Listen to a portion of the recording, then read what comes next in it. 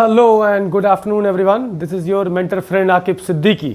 और आज हम लोग पढ़ेंगे क्लास 12th की फिजिक्स का इलेक्ट्रोमैग्नेटिक इंडक्शन का एक सबसे important topic, that is your mutual inductance and self inductance. Last lecture में हम लोगों ने Faraday's law of electromagnetic induction पढ़ लिया था, तो चलिए पहले थोड़ा सा उस चीज़ को रिवाइज कर लेते हैं। Faraday law of electromagnetic induction में हमने पढ़ा था कि एक हमारे पास करंट कैरिंग कंडक्टर है, एक कॉइल था, कंडक्टिंग कॉइल, और ये गैल्वेनोमीटर था, और ये था, ठीक। एक मैग्नेट लाए थे, इसकी फील्ड लाइंस थी, बाहर की तरफ नॉर्थ टू साउथ और अंदर की तरफ साउथ टू नॉर्थ। जब इसको इसके करीब ले गए, इसके अंदर से पास कराया, तो क्या हो रहा था, इसमें एक ईएमएफ डेवलप हो रही थी और सर्किट क्लोज था, जिसकी वजह से गैल्वेनोमीटर में एक डिफ्लेक्शन देखने को मिला। जब अंदर ले जा रहे थे तो राइट डिफ्लेक्शन देखने को मिला, और जब बाहर ले जाने लगे तो हमें लेफ्ट डिफ्लेक्शन देखने को मिला। मतलब जाते वक्त राइट साइड डिफ्लेक्ट हुआ और आते वक्त लेफ्ट साइड डिफ्लेक्ट हुआ। इससे हमने 4 कंक्लूजन निकाले थे कि जब साउथ पोल अंदर जा रहा था तो यहाँ पे एक रुकावट सा पैदा हो रही थी। मतलब एक ऐसा जो इंसान, दैट मीन्स कि द साइंटिस्ट जो थे फैराडे, उनको ऐसा एक्सपीरियंस हो रहा था कि जब हम साउथ पोल इसके करीब ले जा रहे हैं ना, तो क्या हो रहा है कि ऐसा कुछ नेचुरल फोर्स है जो ऑटोमेटिकली इसको रिपेल कर रहा है। तो यहाँ से ये नतीजा उन्होंने निकाला कि जब साउथ पोल जा रहा था तो यहाँ पे साउथ पोल डेवलप होकर उसे रिपेल कर रहा था, करीब जा रहा था जब साउथ पोल जब दूर जा रहा था तो भी ये जाने नहीं दे रहा था, नॉर्थ पोल लगा के अट्रैक्ट कर रहा था। भाई कोई चीज़ अगर जा रही है तो उसकी अपोजिट पोलैरिटी लगाएंगे तो क्या होगा, अट्रैक्ट होगा। जब हम नॉर्थ पोल को करीब ले जा रहे थे तो ये नॉर्थ ऑटोमेटिकली बना के उसको अपोज कर रहा था। जब नॉर्थ पोल दूर ले जा रहे थे तो ये साउथ बना के उसको अट्रैक्ट कर रहा था। तो यहाँ से एक सबसे पहला कंक्लूजन जो फैराडे लॉ जिसे कहते हैं कि whenever there is change in magnetic flux around any closed loop and EMF is induced in the coil। किसी भी कॉइल के अंदर जो कि क्लोज्ड सर्किट है, अगर उसमें कोई मैग्नेटिक फ्लक्स में चेंजेस आते हैं, उसके आसपास मैग्नेटिक फील्ड है और मैग्नेटिक फील्ड में, फील्ड मतलब क्या होता है, फ्लक्स में चेंजेस आते हैं तो उसमें एक ईएमएफ इंड्यूस हो जाती है। It was all about your Faraday's first law. Second law में लेंज का भी काफी हाथ है। उन्होंने ये बताया कि द जनरेटेड ईएमएफ, मतलब जो मैग्नेट को कॉइल के अंदर ले जाने में, मूव कराने में जो ईएमएफ डेवलप हो रही थी, that EMF was opposing the cause of its generation. Proof कैसे हुआ कि साउथ पोल के करीब जाने से ये ईएमएफ डेवलप हो रही थी, तो ये साउथ पोल बना के उसको अपोज कर रहा था। साउथ पोल दूर जा रहा था तो साउथ पोल के दूर जाने से ये ईएमएफ डेवलप हो रही थी, तो नॉर्थ बना के उसको अपोज कर रहा था, मतलब कि दूर मत जाओ, ठीक है। तो the generated EMF always opposes the cause of its generation. इसी चीज को अब हम लोग अप्लाई करेंगे। पहला कॉन्सेप्ट है हमारा म्यूचुअल इंडक्टेंस। म्यूचुअल इंडक्टेंस, हमने 2 कॉइल बनाए, एक यहां पे हमने रेजिस्टेंस का रियोस्टैट लिया,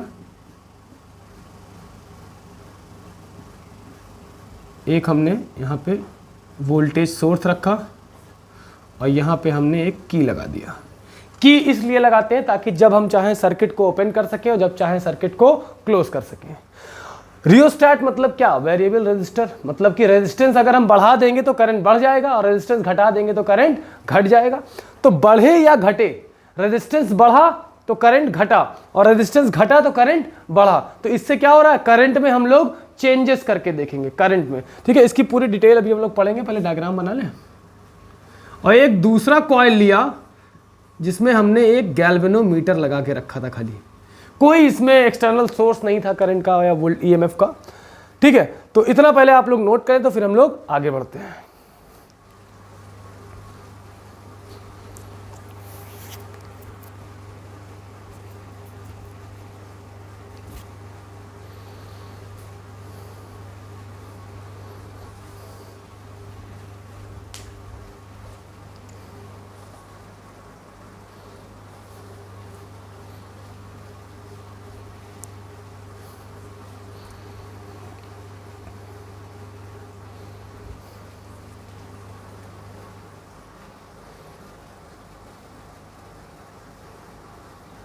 चलिए भाई, मान लेते हैं कि इस कॉइल में नंबर ऑफ टर्न्स कितने हैं N1 और इस कॉइल में नंबर ऑफ टर्न्स कितने हैं N2।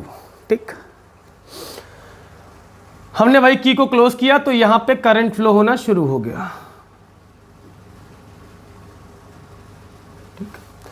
जब करंट फ्लो होगा तो क्या होगा भाई, एक ऑब्वियसली मैग्नेटिक फील्ड होगी, क्योंकि हमने पढ़ा है मैग्नेटिक इफेक्ट ऑफ करंट में कि जब भी किसी कंडक्टर से करंट फ्लो करता है, इलेक्ट्रिक करंट जब भी किसी कंडक्टर से फ्लो करता है तो उसके आसपास क्या बन जाती है, एक मैग्नेटिक फील्ड बन जाती है। दैट मीन्स कि the conductor will start behaving like a magnet having north end pole together.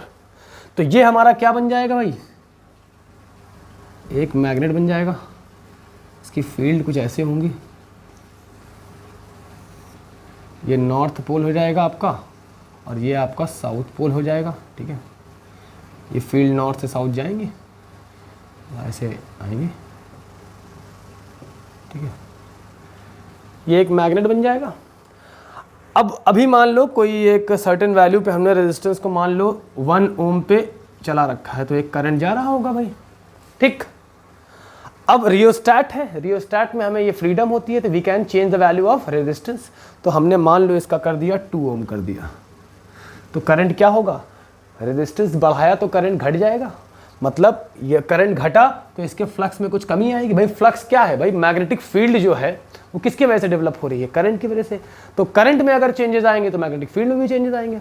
अब फ्लक्स क्या होता है, number of magnetic line of forces. ठीक है, तो मतलब जब हमने करंट को चेंज किया, रेजिस्टेंस चेंज किया तो करंट चेंज हुआ, और करंट चेंज हुआ तो मैग्नेटिक फील्ड चेंज हुई। और मैग्नेटिक फील्ड है क्या, number of magnetic line of forces. ठीक है, तो वो क्या है, मैग्नेटिक फ्लक्स है। तो मैग्नेटिक फ्लक्स जब चेंज हुआ, मैग्नेटिक फील्ड को ही हम लोग मैग्नेटिक फ्लक्स कहते हैं ना, number of magnetic line of forces passing through any surface area. तो जब फील्ड चेंज हुई तो इसके अक्रॉस का क्या हुआ, इस कॉइल के अक्रॉस, देखिए यहाँ पे कोई सोर्स नहीं है लेकिन फिर भी इसके अक्रॉस बार बार फ्लक्स चेंज हो रहा है। मान लो हमने फिर कर दिया 0.5 ओम, फिर कर दिया 6 ओम, फिर कर दिया 10 ओम है, फिर कर दिया, फिर हमने कर दिया कि की ओपन कर दिया, तो फिर हमारा करंट की वैल्यू अलग अलग आएंगी, I1, I2, I3, I4 and so on. फिर हमने करंट को जीरो कर दिया, जीरो कर दिया, तब भी एक चेंज किया हमने करंट में, तो अचानक से क्या हो रहा है, ये फ्लक्स घट रहा है बढ़ रहा है, घट रहा है बढ़ रहा है, घट रहा है बढ़ रहा है, या बढ़ रहा है तो बढ़ता जा रहा है, बढ़ रहा है तो बढ़ता जा रहा है, यही हो रहा है। मतलब यहाँ पे बार बार फ्लक्स में चेंजेस आ रहे हैं। तो मान लेते हैं यहाँ पे I1 करंट फ्लो हो रहा है, तो ये फ्लक्स चेंज की वजह से फैराडे लॉ के हिसाब से हमने क्या पढ़ा है फैराडे लॉ में, कि whenever there is a change in magnetic flux around any closed loop, an EMF will be induced in the coil and if the circuit is closed a current will flow through the coil। मतलब यहां से current flow हो जाएगा हमारा I2। ठीक, इसमें मान लो हमारा फ्लक्स बन रहा था फाइबर। ठीक है, समझ में आ रहा है चीज। तो गैल्वेनोमीटर में क्या हो जाएगा, एक डिफ्लेक्शन देखने को मिलेगा, आइदर दिस साइड और दिस साइड। तो the phenomena of induction of an EMF in the other coil when the current in the first coil changes is called as your mutual inductance। मतलब second coil का total flux for second coil, total flux for second coil equal to कितना होगा, N2 phi2 number of turns multiplied by flux. तो ये किस पे depend कर रहा है, is depending upon, is directly proportional to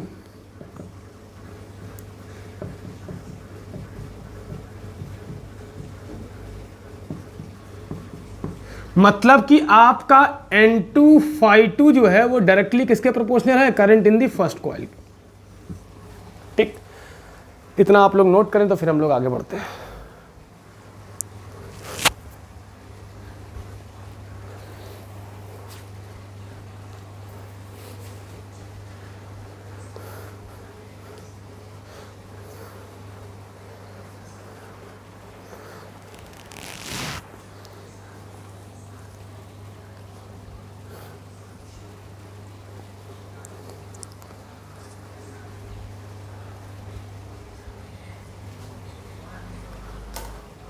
चलिए भाई इसको रफ कर देते हैं।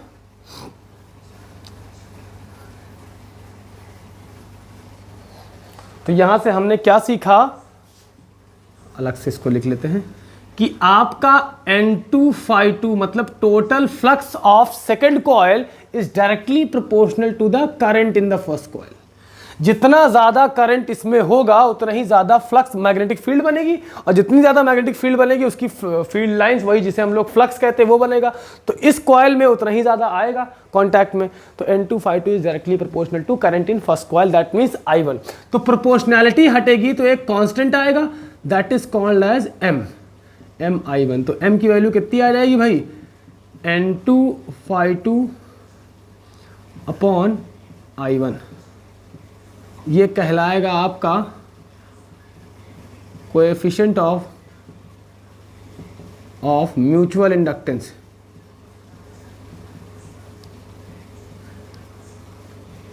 M क्या कहलाएगा, कोएफिशिएंट ऑफ म्यूचुअल इंडक्टेंस। अब इस पूरे फिनोमिना को हम लोग फिर से एक बार समझते हैं।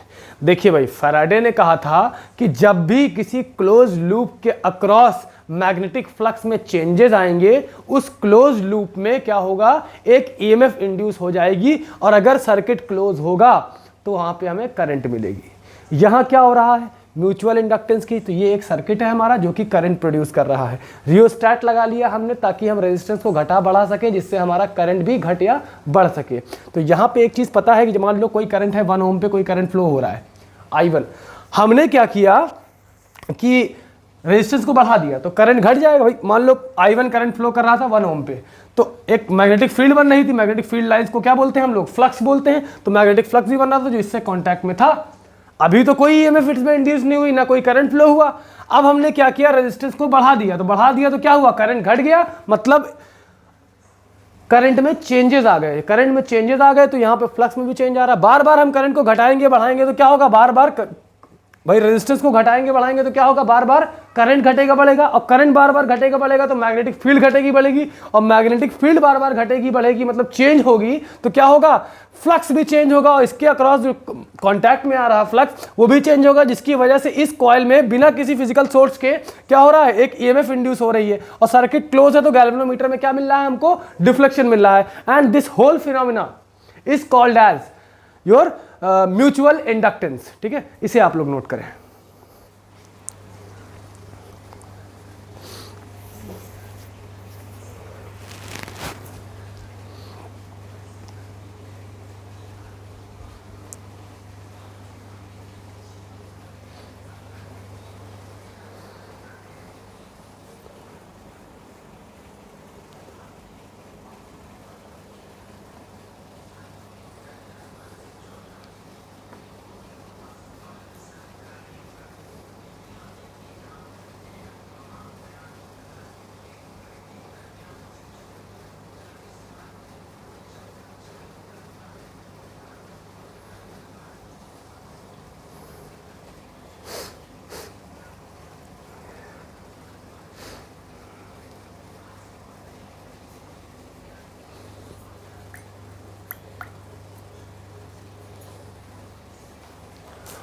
अब हम लोग नेक्स्ट टॉपिक की बात करेंगे, सेल्फ इंडक्टेंस की।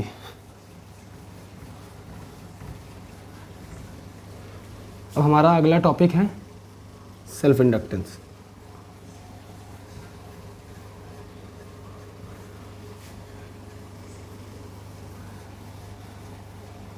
थोड़ी देर वेट करना पड़ेगा, बोर्ड हमारा गीला है।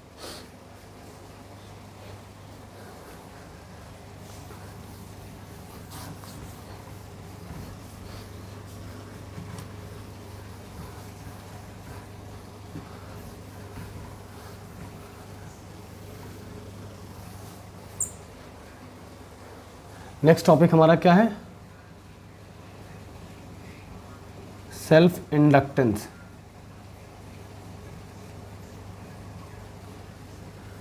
भैया सेल्फ इंडक्टेंस क्या होता है, मतलब हमारे पास एक कॉइल है,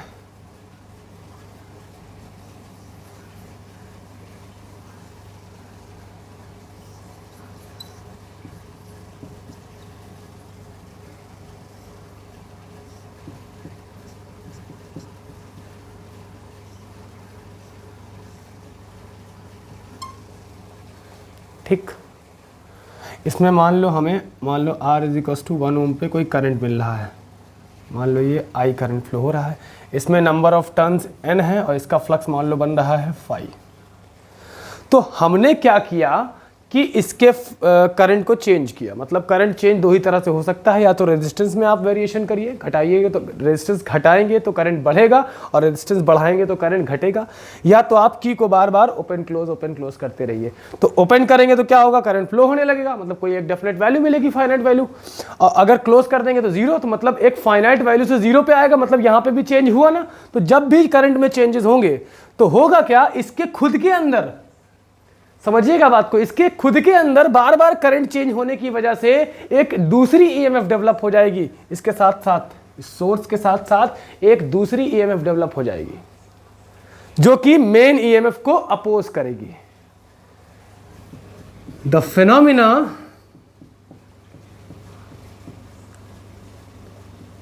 इन which due to sudden change in the value of current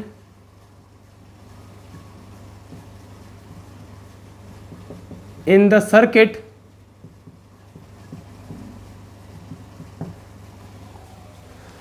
the phenomena in which due to sudden change in the value of current in the circuit an EMF is induced in the coil is induced in the coil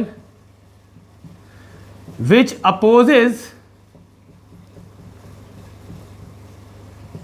the actual EMF producing the current।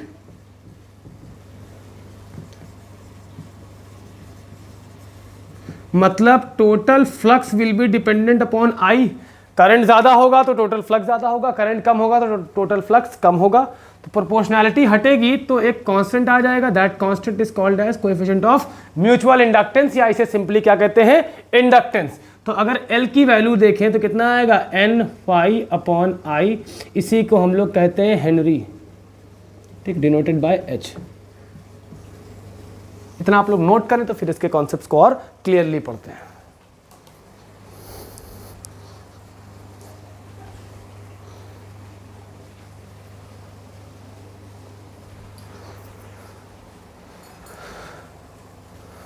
तो चलिए भाई, आज के lecture में इतना ही, फिर मिलते हैं नेक्स्ट लेक्चर में इससे रिलेटेड न्यूमेरिकल्स करने के लिए। So thank you everyone.